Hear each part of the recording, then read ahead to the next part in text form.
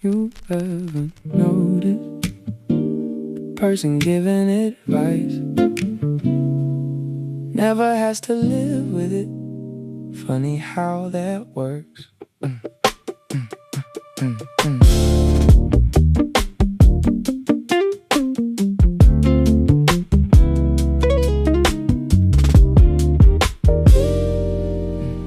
My cousin became a fitness guy, not a trainer, worse, a fitness guy. The type who discovers jogging and suddenly acts like he cracked a government code. Every conversation now got protein in it, yeah. Every problem got a workout solution. Bad mood run, bad sleep run, relationship issues apparently run faster. See, I respect discipline, I do what I don't respect. Pretending dumbbells explain the universe. Last time I saw him, he spent 20 minutes explaining hydration. Like water just got invented. Whole family trapped, nobody escaped. You ever notice the person giving advice never has to live with it? Funny how that works. Then things got interesting, because eventually life tested the theory. My cousin hurt his knee, nothing serious but enough. No running, no gym, no fitness sermons, just him alone with his personality. Dangerous situations. See, everybody got a version of themselves they build around one thing. Then life removes the thing. Now what? For months this man identified his motivation. Suddenly he had to identify as Kevin again. Turns out Kevin was stressed, Kevin was impatient, Kevin had hobbies consisting entirely of being athletic. Who knew? Not Kevin, definitely not Kevin.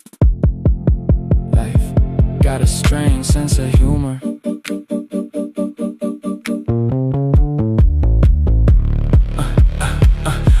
Eventually we're sitting on a patio watching him eat a cheeseburger. Big moment, historic moment. The family almost applauded. Then he says, you know what's weird? Always a dangerous opening. He says, I thought running made me happy. Turns out I was happy, and I happened to run. Damn, now that's annoying, because after 6 months of nonsense, the man accidentally said something wise. Everybody got quiet, even me. Hate when that happens. Then he followed it up with, still gonna skip leg day though, balance restored. You ever notice the person giving advice never has to live with it? Funny how that works.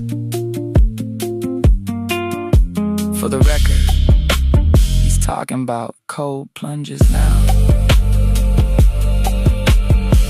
We're all very concerned. I told him don't do it. Everybody told him don't do it. That's how he knew he was definitely gonna do it.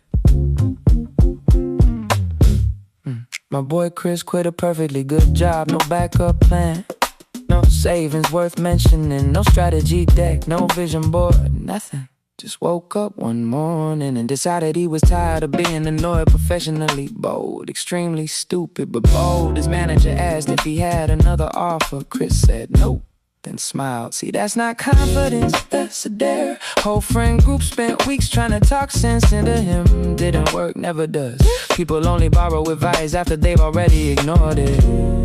I told him don't do it. Everybody told him don't do it. That's how he knew he was definitely gonna do it. For a while things looked terrible, which was expected. Bills, stress, panic, discount groceries, the whole experience. Then Chris started a landscaping company, not because it was his dream, not because he found his passion, because somebody offered him money. Honestly, most successful businesses got less romantic origins than people admit. Anyway, one truck became two, two became five. Now every time I see him, he got dirt on his boots and the confidence of somebody who accidentally wanna fight. Still the same guy though, still late, still forgets birthdays, still loses his keys constantly. Success really doesn't fix personality. People change circumstances faster than habits. Recently we're sitting outside a barbecue place, watching him explain entrepreneurship, dangerous activity. Chris been successful for 5 minutes and already started using words like mindset. I almost threw a drink at him respectfully. Then he said something smart and knowing when it happens. He said, I wasn't brave, I was just more scared to stand down. Now that's different, cause everybody talks about courage, nobody talks about what you're running from. Sometimes people don't chase dreams, sometimes they escape misery. End result looks the same from far away. I told him don't do it. Everybody told him don't do it.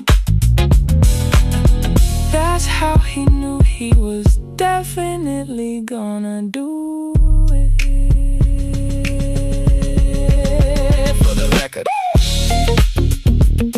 I still tell him not to do it.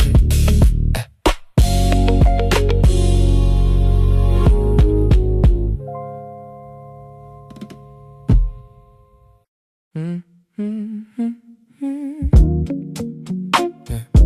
Everybody thinks cheating starts with a kiss.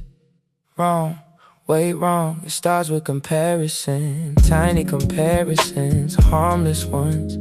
At least that's what people tell themselves. My girl talking about work, I'm nodding, listening mostly. Then somebody else laughs at one of my jokes, a little harder than she does.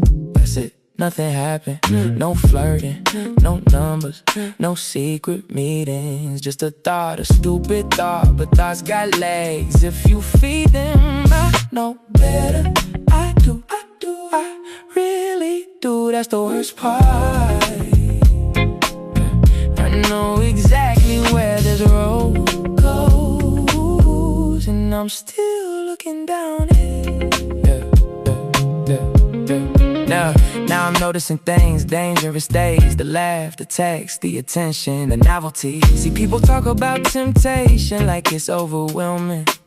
Most of the time it's not, most of the time it's convenient, it's available, it's flattering, it's showing up exactly when your ego hungry. Yeah, that's why it's tricky. If bad decisions look bad, they wouldn't work nearly as often. Meanwhile, my girl's still bringing me coffee, still remembering birthdays, still asking about my day, still being good to me, which somehow makes me feel worse, not better, worse. Because now I don't even have an excuse. Being wrong gets uncomfortable when nobody else is. One night the other girl asked, so what's the situation with you two? Simple question, brutal time, and I could've lied, could've exaggerated, could've painted some tragic picture. People do it every day. Instead, I just sat there quiet, because the truth sounded ridiculous. The truth was, nothing was missing, nothing was broken, nothing was wrong. I was just enjoying being wanted twice. Damn, ugly sentence, accurate sentence, but ugly. See, sometimes the villain isn't angry or damaged or misunderstood. Sometimes he's just selfish. I know better, I do, I really do. That's the worst part. I know exactly where this road goes, and I'm still looking down it. I wish that made me stop.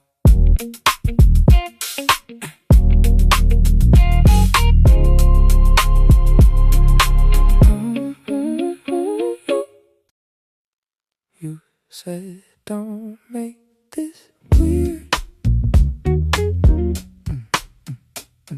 late. Way too late. That ship left the harbor weeks ago.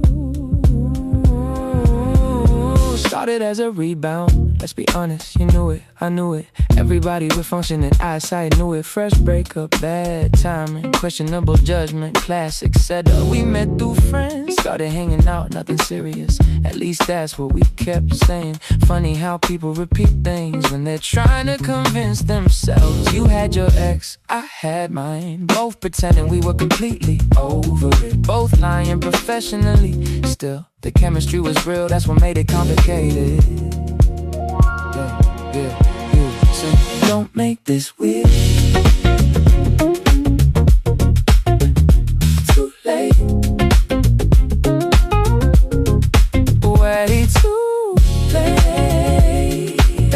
That ship left the harbor weeks ago. The first mistake wasn't the kiss. The first mistake was comfort. Danger was comfort, the kind where somebody starts feeling familiar too fast. One minute we're watching movies, next minute you're stealing fries off my plate and correcting stories you've heard before. See, that's relationship behavior. Nobody files the paperwork, it just sneaks in. And one night you asked if I saw this going somewhere. Terrible question. Not because it was unfair, because I didn't know. Part of me wanted forever, part of me wanted Friday, part of me wanted both. Humans greedy like that. Everybody wants certainty, nobody wants the responsibility that comes with it. Eventually your ex came back. Of course, they always come back right when life starts moving forward. Now suddenly I'm sitting across from you at some little diner, watching you make a decision. No villain, no betrayal, no screaming match, just choices. You look stressed, I look calm. Performance of the year inside, absolute chaos. Then you say, I don't think I'm done with that chapter. Damn, fair answer, wrong answer, but fair.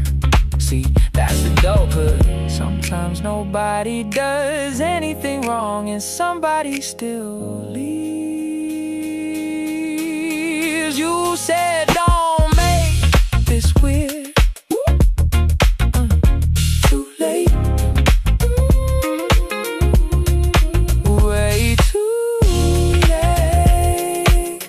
That ship left the harbor weeks ago. Anyway, I hope he knows he got lucky.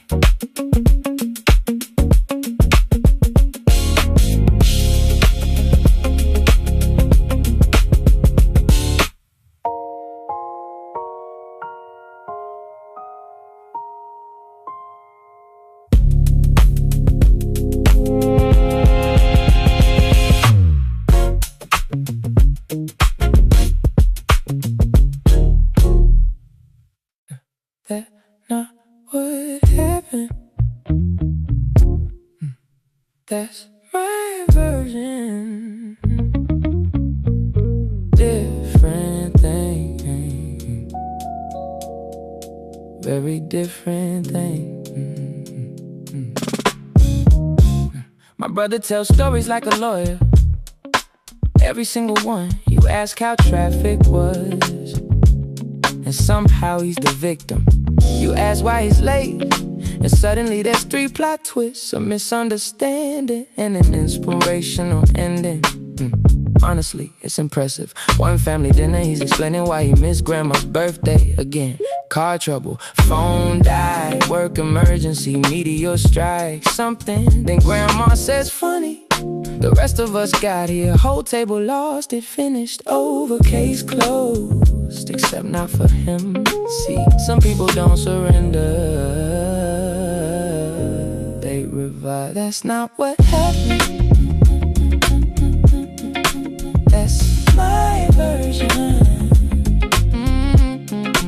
Different thing. Very different thing.